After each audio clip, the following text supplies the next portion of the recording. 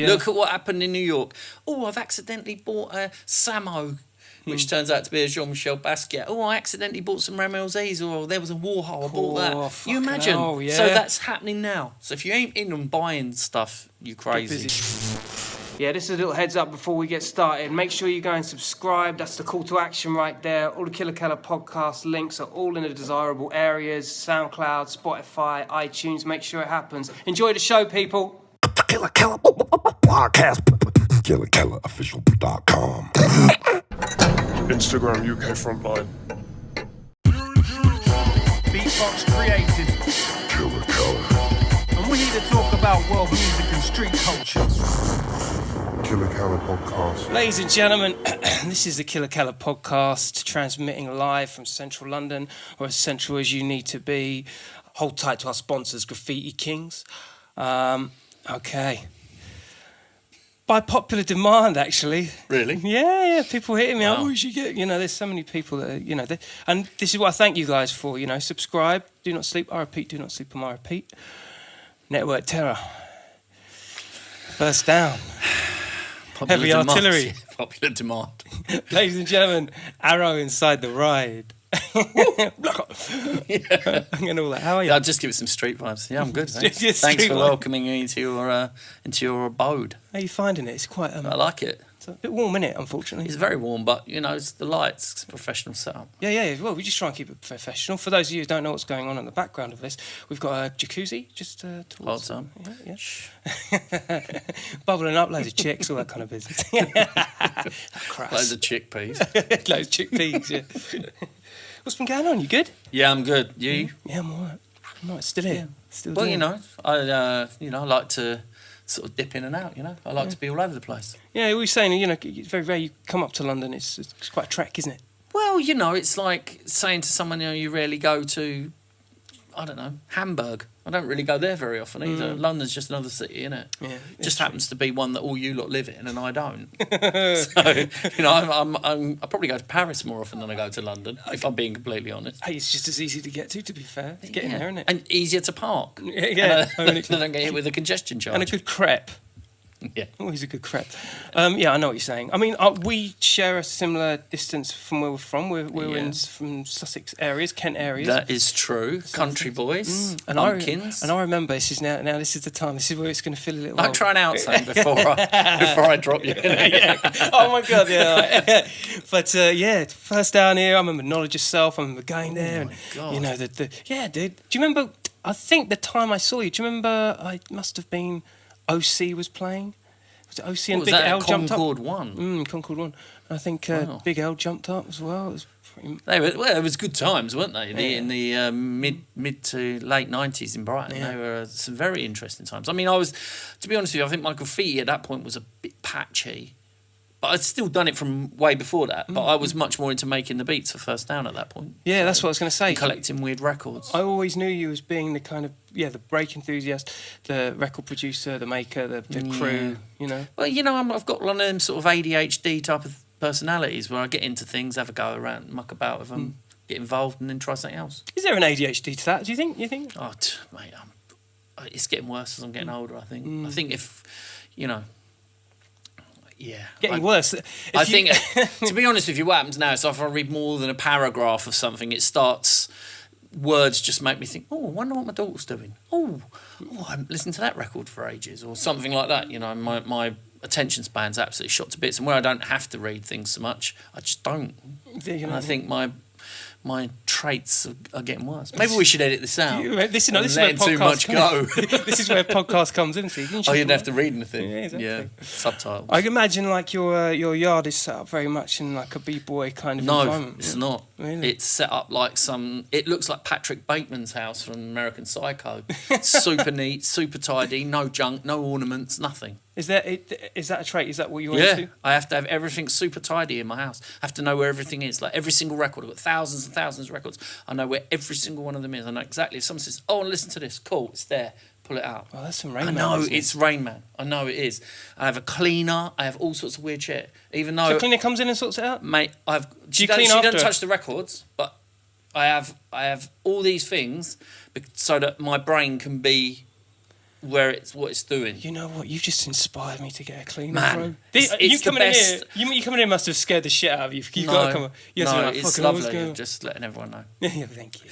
No, but I just think, you know, because I have to allow.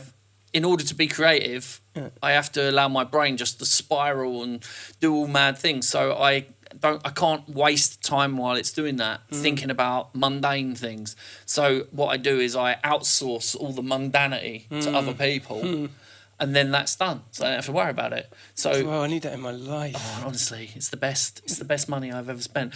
Especially growing up mad poor. You know what I mean? Then, you know, being in a situation where I go, you know what? People think, oh, you know, I don't drink, I don't take drugs, I don't do any of them sort of things, but I waste my money on things like cleaners. You don't drink? No. Me neither. I'll stop. No. It's good for the complexion. Man, you would never believe how young I am. Old. I mean. How young you are. I like that though. That's I like right. the reverse. So I have to have my beard cut short, so I'm going to be right. There has to be like a demarcation of stuff before a cleaner can get into your house, isn't it? Really. I've always I don't just have had it. that. I can't handle it. I've got wardrobes with nothing in. It makes up for the chaos that you bring to the street, doesn't it? Well, just all the chaos of my life, you know, trying to organise things. Yeah. It's like, you know, when I start doing a painting, if someone tries to ring me, they might be genuinely ringing me about something or texting me, and in the end, after about 3 texts, I'll send them a fuck off text. Really? Yeah, and they'll be like my best friend. But I'll be like, I can't talk, stop. And then they go, okay. And I'm like, stop. What am I doing? I'm unravelling life. I'm letting too much out. It's all right. People are going to know what's going on. Yeah, they'll know the mess. secrets behind the screen. But when we do say chaos, I mean, you know, we're talking about the ever evolving. And this is something I brought up with Daz. We were talking about it on the podcast, and it was how you reinvent. Well, Daz's evolution's insane, isn't it? Yeah, Daz has gone from being a street ute tagger into, you know, running a legitimate business. It's and I think mad, that's amazing. Yeah. You know, you're an advocate for that, aren't you? I'm an advocate for positivity coming out of places where it shouldn't have come from. You know, it's like, I mean, today, for example, I'm here because I've been at the Russian embassy organising my visa to go to Russia. I was never meant to go to Russia. Yeah, you know, I've been to Russia loads of times. I've been all around the world. I've been, you know, and when I bump into people that I went to school and such with, you know, and grew up with, that are doing the jobs, you know, like we were laughing, saying that, you know, there's a building site. There's a building job for you somewhere still back not in the quite 90s. Oh my God, there is. And I'm not supposed to be, you know, I'm not, you know, I've travelled around the world. I've seen amazing things, all from doing something I wasn't meant to do. And I think that is the most amazing route that I could have taken, you know. I would never do any of it differently, you know. And it's like, I'm sure, say for example, you're talking about Daz, I'm sure Daz would say the same, you know, the things he's got to see and do in his environments that he's been in now, just from doing graffiti, are infinitely different to what the expectation was. You know, the expectation for me is probably builder, drunk, prison, lager beer, curry fight, go on, that kind of thing. And that wasn't for me. Man's rolling around pretending he's Hollywood and shit. Anyone knows me knows that's not true. No, I mean, it does. We did comment on the evolution of your style and the way that you kind of you almost, mine or his? Yeah, yours. Yeah, you kind of recreate. No, it's true, man. Your style's crazy. And it's like you revolve. It's almost like you fall back in trend within yourself. It's mad. It's like, didn't you ever feel I don't know. All like the graffiti owes me money stuff. You know that whole evolution. Well, and to me, graffiti owes me money was just you know, I think that like all of the graffiti I do is based on Crime Angels, Subway art, and the basic foundations that we all got. So people can say, oh, he does like fantasy sci-fi graph or whatever. They can say whatever they want. But if you actually look, it's like half of the pieces I do, the fill-ins are made out of multiple layers of tags. So I'm taking tags, the thing that everybody says they hate. You listen to people talking, oh, I love graffiti, but I hate tagging. Cool, all right. Well, I'm going to do 1,000 tags in descending fade in that and then outline it, and you're going to go, oh, I love that, it's beautiful. It's like, yeah, that's 1,000 tags, you dickhead. Yeah. You know, or I love that shit. I take things like when people were doing the subway cars and they were doing all these different things back in the days, you know, someone would then paint a Vaughan Bode, and then all of a sudden you'd have 10 cars go past of just pieces, and then someone would have a Vaughan Bode so that everyone would spot the Vaughan Bode. Can I ask you something? God. What is a Vaughan Bode? Vaughan Bode is I know it's a an character. artist, and then Bode or Bodes or Bodes, whatever people call them. They're a series of like either the girls or the lizards or that Cheech hat and all the different things. It's a style of cartooning by a guy called Vaughan Bode. And where's Vaughan Bode? Where is he from? I think wasn't he from San Francisco or somewhere? Yeah. Like that? He's an American guy. Gotcha. And his son Mark Bode has continued. I always think to kind do of the same thing. maybe the Sid the Cat era. Fritz the Cat. Fritz the Yeah, Cat, but that that's was Ralph Bakshi. He also did a lot of other crazy stuff that's been emulated and copied. You know, there's another amazing artist from the same era. But so what I'm saying is I try to find things that will identify or resonate with the viewer, so that instead of just looking at a wall full of things you don't really recognise, I'll hide stuff in. Like that's the reason why I did the blockbusters. You know, it's like I did them for a long time so that people would then recognise that Aroe was the name, and I'd paint what is effectively just a sign so that people could read it, but it was painted in a way that was still visually interesting and Graff-esque. and it translated my message. You know, cover it in bullet holes or make it twisted or tear it or put all other stuff on it. You know, and I thought that was a really interesting experiment to do. Whereas I could take graffiti and make the public be able to read it, and then they started to connect to it rather than them having to connect to real dumb shit like stencils and what a lot of other people, I think, they try to get the public on board, but what they don't realise, they've already got the tools to have the public on board. They're just not utilising them. Oh, that's interesting you say that. You know, I like to be an interesting guy. No, it's true, isn't it? It's that kind of thing you're talking about, isn't it? I don't know. I just think that a lot of people do graffiti, but don't really understand. They do understand it. They understand it from their perspective, but I think my perspective of understanding it is different. Do you think that comes from... Because when I see your stuff, like you say, the simplicity of the writing, by design, so that it kind of plays on the narrative of they'll see the name again and again and again in the simplest form. I mean, it's like, say, for example, when I used to do all the MSK blocks and the big Aroe blocks all over Brighton, soon as I'd start doing one or sketching one out, they knew. Builders' vans with blokes leaning out the windows going, yes, MSK, bruv, and all shout like, how many other people can do graffiti in the street and have blokes in vans shout out the name of what you're doing before you've even finished it? It's another level of commercial success, isn't it? Well, it just means that it's translated and it's moved to a different audience. Yeah. You know, like, I'm quite aware that a certain percentage of the people that do graffiti don't like my graffiti. That's absolutely fine, because a lot of my graffiti... I still feel I've never sold out. You know, I still paint illegally. Most of my graffiti is illegal. I still paint trains in other countries. I still do all of the things that I feel make the graffiti legitimate. You know, it's like I do put paintings in galleries and all that different shit. But then again, like you said, like the graffiti owes me money. That to me is almost like a lot of my graffiti is like sampling. So it's like the music we all grew up listening to was samples of other things. So Ragga Twins, Reggae Owes Me Money. Yeah. What a title. Oh, yeah. So I just thought, well, I'll just take that, change the word to graffiti. They've been here. Really? Yeah. So we were doing exactly complaining about the size of the table. Man, this table's nice. But so I took that from them and then just turned it to Graffiti Owes Me Money, which was just like sampling a drum break. I love that. And so everything I do is just, I take something. Magpie. Yeah, just reinvent it. Everything's already been invented. It's just how we reinvent it. I love that, and that's what I think. It's true. So everything you see of mine is a recyclement of something that you already know. So there's already an inbuilt familiarity. Do you think, like, saying that, which is kind of leading to my train of thought, when you're doing an Aroe MSK, for instance, and you're putting it up, surely the illegality slowly dilutes when people see it being done, and they're like, well, you know, it's like putting plastic covering on a Banksy piece now. Do you mean it's that sort of thing where it's like... I think, say for example, Brighton is unique. It's like a microverse, you know, of what goes on there. So a lot of what we got away with was brash, but it was the environment, because no one in Brighton wants to be that person that's the one that calls the police. No one wants to be that person. So, you know, in terms of tolerance of ethnicities, tolerance of sexual preference, all these different things, and this wanting to be like hippie liberal parents and all this, all kind of turns into a bit of a stew. So it then creates this environment where we would we would do a few things with the council, like the first paintings in the lanes really was what broke it all.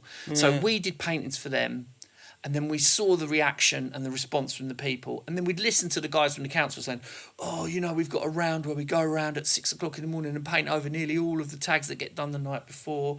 You know, we've got 50 walls on our round, you know, it's knackering. I'm thinking, Right, so Oh my God. if you've got 50 walls on your round, if you had 45 walls on your round would be easier. And you're sort of thinking, all right. So then you'd find a wall that just kept getting slaughtered and kept getting tagged. We'd just go and do a piece on it. Then that wall comes off their round, so they're not painting that wall. So their round gets My easier. number's got it. So we then started trying to take all the walls that were being done, and then what would happen, for example, I did a great big arrow thing on the side of what was Hector's house, which is now called something else. But I painted the building black, and then I did the arrow in the style of the Ray Kwan lettering in yellow. Shit, that's so I painted cool. that across the whole thing. When I was doing it, the police came. You know, I didn't run, never run. They took my name, and I'm just saying, yeah, I'm doing it with the council, blah, blah, blah. It's part of this. I never say I'm doing it for them. I say I do it with them. And I use all this terminology that's really loose and grey, that doesn't act, but I just sound like I know what I'm talking about. So I completely diffuse it all. They just take my name and address, and by the law of averages, I just assume no one's going to complain and I'll get away with it. However, on that situation, the guy who owned the building went crazy. He rings up the police, tries to get me prosecuted. The council step in. Because it's his property? Yeah. Council step in, and then they paint over the yellow with matte black, so you can still read it says Aroe, which I think is pretty cool. So they paint that over. The council step in and say to the police, this is not prosecutable. So they then say to the guy who owns the building, look, we've repaired your building, okay? We've offered a service where this guy has come and painted a mural, but you've rejected that. And he's like, yeah, I don't want that shit, blah, blah, blah. They said, okay, well, we've painted it now. But now the situation is different. And he's like, yeah, how's that then? He said, well, because we've offered you this painting and he's done that painting. So I create a situation for the council, so the council were cool because they would then make money off what I'd done. So then they say to him, that's cool. Now what's happened is we've decided we're going to paint your building black. And he's like, yeah, thanks very much. He's going, however, every time a tag's done on it, you've got 24 hours to get it off.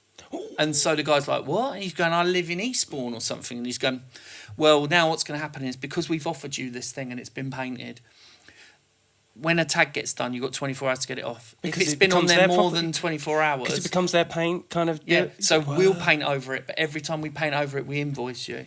So then we would then go out, tag on his building, then the guy would have to keep coming back from Eastbourne to paint over it, and the council just keep, if he misses, the council paint it, take a photograph, invoice him. So in the end, the guy was broken and he had to give in and let the building be painted.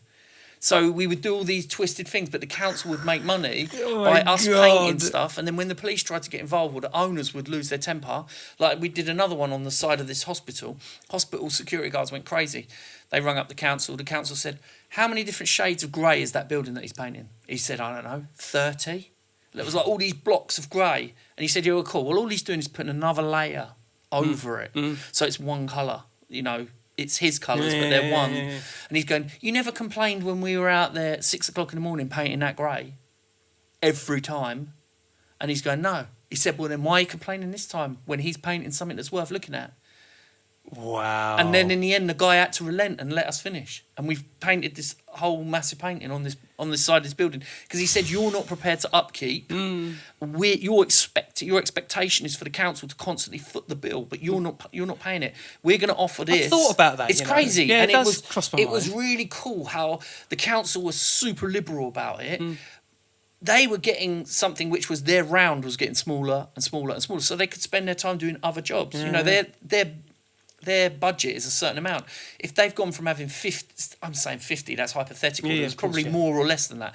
But if all of a sudden we've taken 15 or 20 buildings off that list, all of a sudden that round becomes half an hour or 40 minutes quicker. Yeah, of course, yeah. Which means they can then do other things like, you know, tidying up this or tidying up that. So it was a really fascinating area that we exploited, and that's how so many pieces got done. And it was never with permission. It was just we'd created such a weird scenario. Yeah, it was such a weird wedge between what was legal, who was going to prosecute, because the police will then say, well, we want to prosecute, but then the council will step in and say, well, we've been painting that building for 5 years, we've been painting it, now he works with us and he's painting it. but I don't work for them. I work with them. Yeah, I get it. So it was really, really You guys, interesting. you Brighton guys do things way different. Like, Yeah, it was really different. Yeah, It yeah. was, and a lot of people from outside, I don't think they realise, and they're going, you can paint anywhere. It's like, yeah, but it was really difficult to make that happen. No, there's some psychological, and I find this with graffiti writers. You know, not you know, speaking broadly in saying that, but there's a lot of psychological games, quote unquote games, that are installed in a writer's mind to get across what they're doing. Yeah, of course. And I think also what happens is if what you were doing was sneaking past the camera, getting past the security and doing a panel on the train to do your thing, people go, oh yeah, that's cool. But what you're actually doing is almost the same, but it's just in a different environment. Yeah, So all we were doing was we were getting past the legality to do our pieces, you know, and when we were doing these pieces, we weren't doing like seaside themes or countryside things. We were doing burners. Yeah. You know, we were doing actual pieces on buildings, and when people would try and stop us, the council would wade in and say, well, you're not painting it. They're painting it. They're taking responsibility for a wall you failed to take responsibility for. So It's mad. It's like the taggers become the prospects, and then you come in and just like completely like. I mean, on some of the occasions, there'd be a wall that we really wanted. Like, say, for example, when I first painted the front of the now demolished bingo hall that was closed down on Grand Parade, where I did the super massive MSK.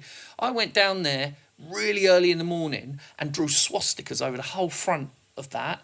Then put the paint away, went back, different jacket, turned up with my paint, took photographs, started painting. Police turn up within about 20 minutes. What are you doing? I'm getting rid of this. What do you mean? Who's asked you to do it? No one's asked me to do it. Well, what are you getting rid of? Showed them the photos. I said, what are you doing about that? They said, oh my God, where was that? I said, that is here. That's all of this. I've got up this morning and I work with the council. Total lie. I don't work with them.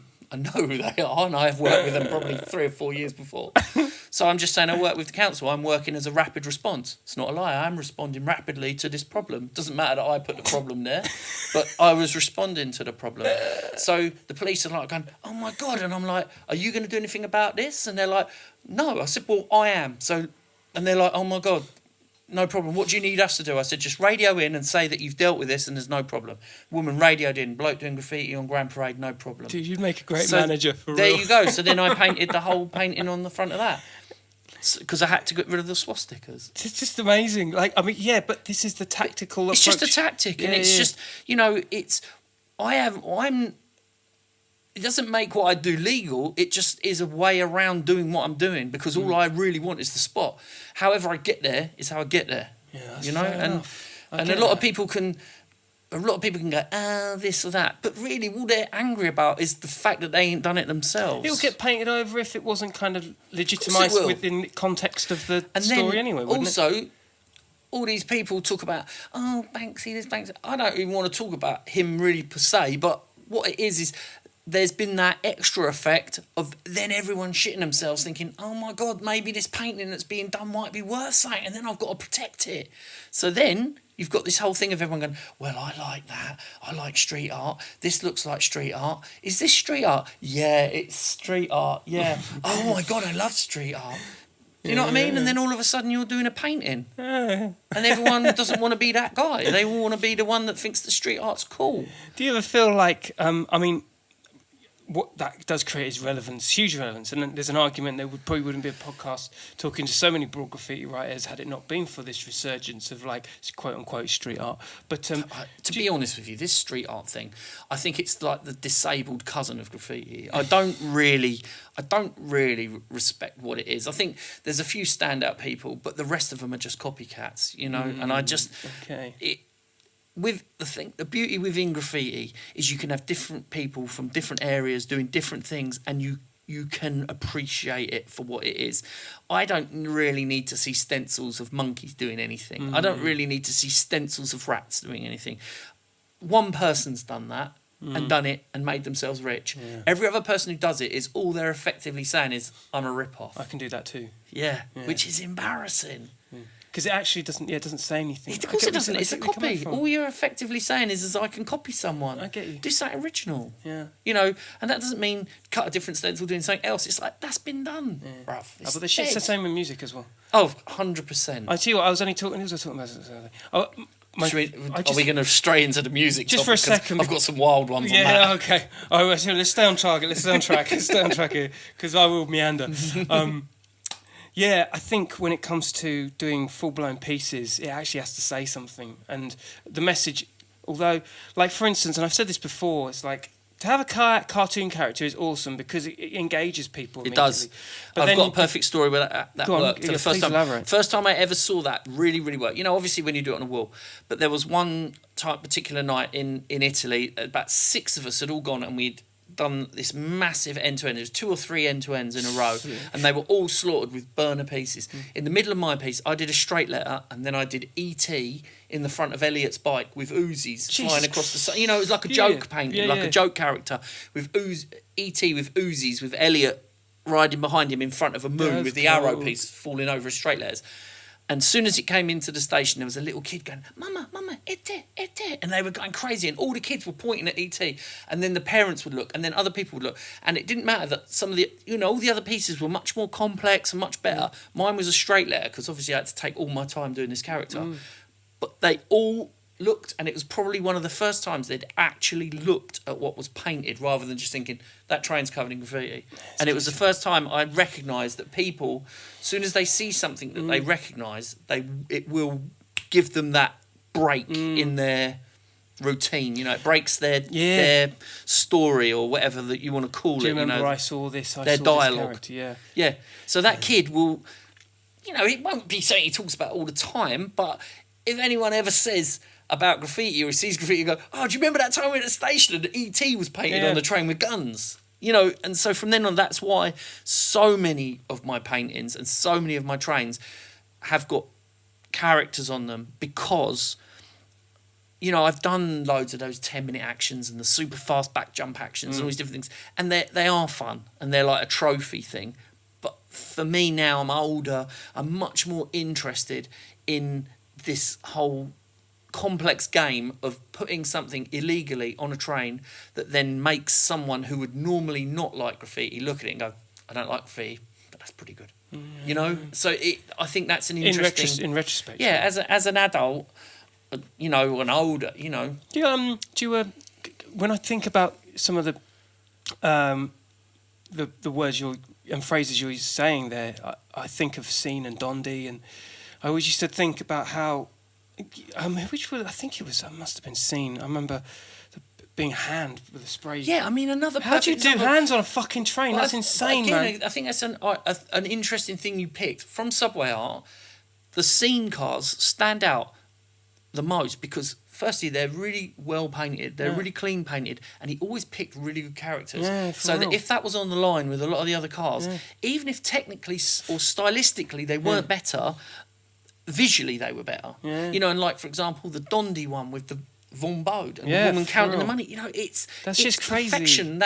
It's perfection. So, you know, it is interesting, and it's along the same lines. And it's like, you know, with the b-boy character that I always paint. The reason I painted that was years ago. That b-boy character's like The idea of ingrained it in my was childhood. someone showed me a book once and said, "Oh, each fashion designer, you know, there's things you don't even think about. This fashion designing book, right? So when Jean-Paul Gaultier draws all of his dresses or the outfits, this is the face that he draws, so you know that that's a Jean-Paul Gaultier dress." I'm like, all right, turn it over. There's another fashion designer. This is the face they draw when they draw. And I'm thinking, hang on, so the face is But like you a could do that signature. with any sort of brand. It makes sense even on a musical level. Just So it turns motifs out that or- within everything, Yeah. even in the fashion industry, whenever, like, so if you were deep in the fashion industry, you'd know who'd drawn what, whose dress was what, That's deep. just by the face. And I didn't realise that. So then I thought, well, if I make a b-boy face that's based on my favourite ones, so it was an amalgamation of all my favourite b-boy faces and, you know, schemes ones and all the different ones I really liked. Yeah, fire. I kind of mashed it together into that super simplified one that I knew I could paint at high speed, and then that became part of the iconography or whatever the word is that I then use in a lot of my things. You know, it's my Instagram image, it's my Facebook image, it's in everything that we do. That face is I love recurring. I love it, And that's the basis of it. When my childhood and growing up in graffiti. You know, the Einthrop, the Yeah, the, I mean, the what zombie. a classic that yeah, was. man. Didn't matter where you were. The you'd see it zombie everywhere. Afro dub. Yeah, the face. Yeah, character, I've madness. got a massive zombie canvas in my lounge. Have you? Yeah, you man. got one? Yeah, Oh yeah. The zombies. pride of life. I don't. There's not one person that don't come in here and don't cite either Mode 2 or Zombie. I got a Mode 2 canvas as well. Have you? Oh, yeah, that's Mate, fine. art collections, that's the future. Yeah. If Better you're than into drugs, innit? Graff and you ain't collecting art, you're mad. Yeah. Look at what happened in New York. Oh, I've accidentally bought a Samo, which turns out to be a Jean-Michel Basquiat. Oh, I accidentally bought some Rameau's, or there was a Warhol, I bought that. You fucking imagine? hell, yeah. So that's happening now. So if you ain't in and buying stuff, you're crazy. Busy. It's a Yeah. need to have. It's had a. There's a definitely a fashion forward resurgence on Graff, ain't there? There's a lot of things going on about it. It's almost become dare I say think- acceptable in a way. I think it's gone. I do agree it's become acceptable, and unfortunately, that's the Banksy effect. I think that's made it acceptable, regardless of what we feel about him personally. I think you can't deny it. You know, in the media and all these different things. So, which has blurred the lines enough to allow people to get away with a lot more than they were getting away with before. And I think the thing with graffiti is it's like a cycle, and it constantly goes in cycles. You know, for a period it will become super tech, and everyone wants to do the most technical graffiti that's ever been done that looks like it's from space. Yeah. And then the next minute, everyone wants to do naive graffiti that looks like they're a 16-year-old smoking PCP in a layup in the Bronx in 1978. Which has a you real know? charm to it Which- as well, yeah. But I think a lot of these people need to recognise that they're probably middle-class Germans that are sort of in their 20s that have never been... Literally just bought carpet. have never smoked PCP in the Bronx in the tunnels while, you know, fighting off other writers and doing all the madness that these people were doing when these things were being developed, you know. And I think it's important to understand what's behind, but I also think it's very important that while looking back, you still need to develop the future because, you know, everything is the future. This episode continues over on your favourite podcast platform. Don't forget to subscribe to us.